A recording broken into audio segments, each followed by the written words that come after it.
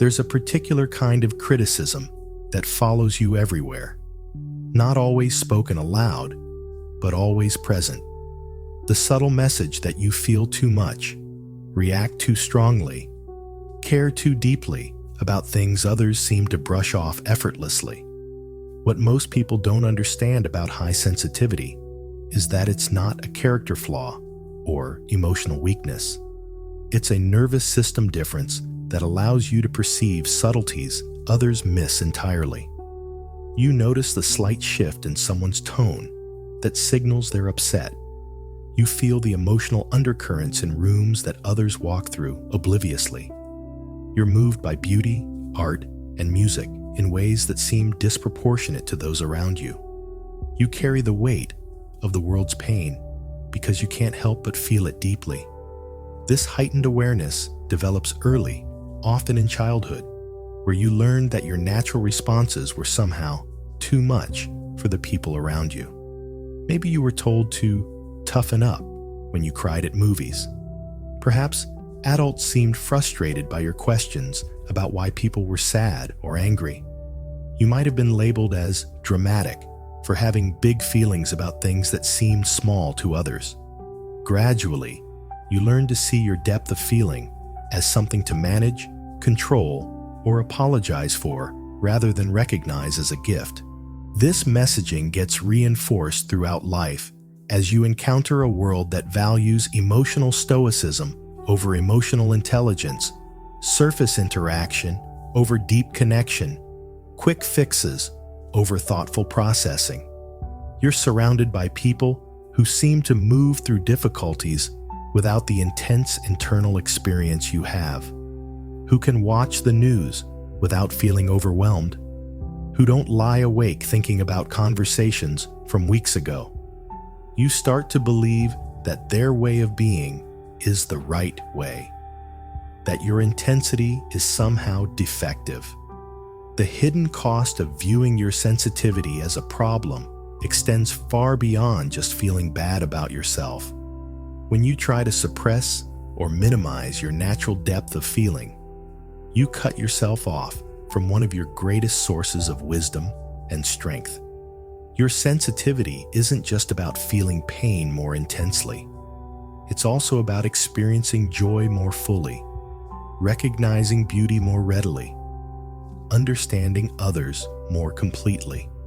When you numb the difficult feelings, you also numb your capacity for wonder, creativity, and profound connection.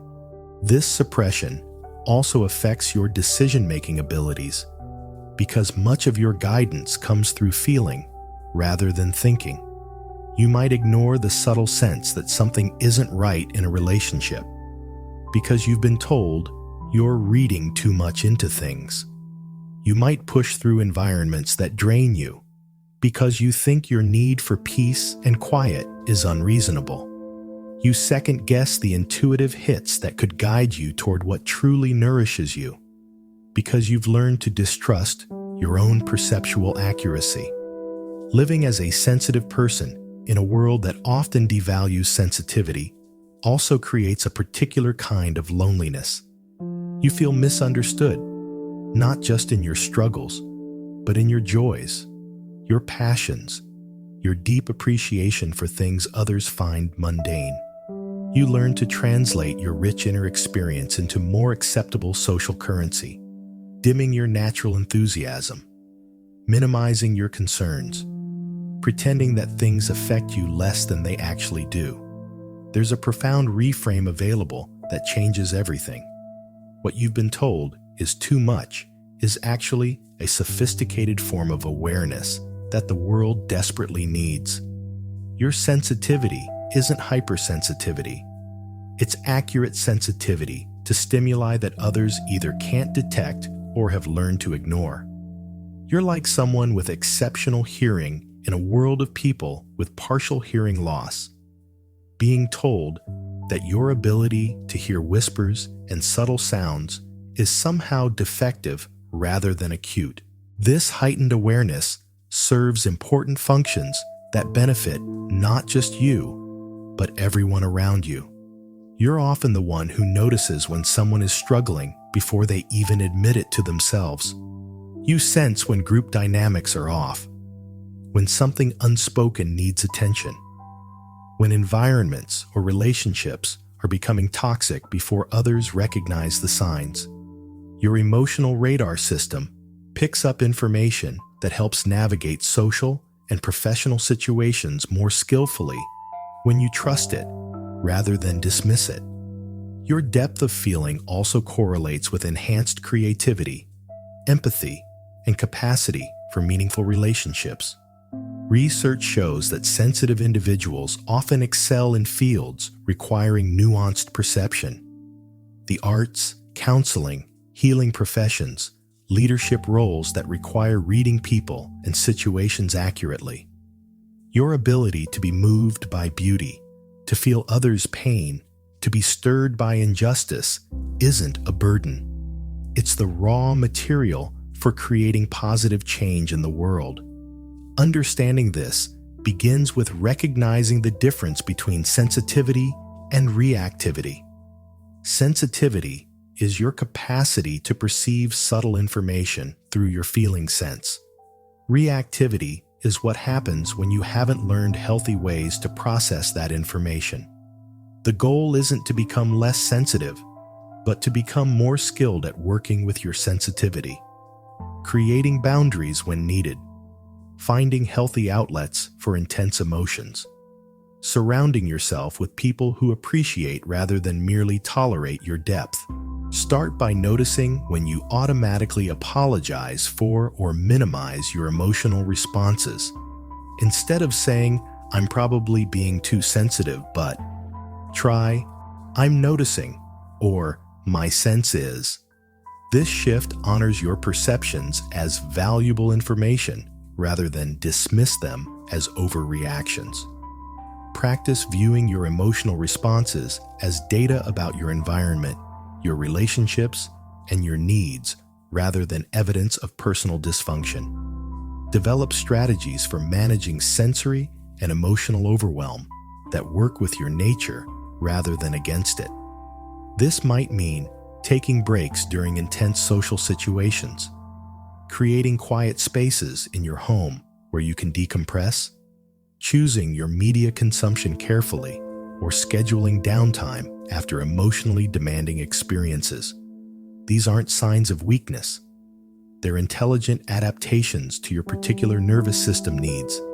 Seek out others who appreciate depth over surface, who value emotional intelligence, who create space for the full range of human feeling.